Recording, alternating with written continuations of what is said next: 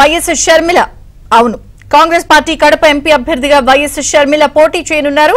రాజమండ్రి నుంచి గిడుగు రుద్రరాజు, బాపట్ల నుంచి జేడి శీలం, కాకినాడ నుంచి పల్లం రాజు, విశాఖపట్నం నుంచి సత్యారెడ్డి పోటీ చేయనున్నారు. అటు రఘువీరారెడ్డి పోటీకి దూరంగా ఉంటున్నారు.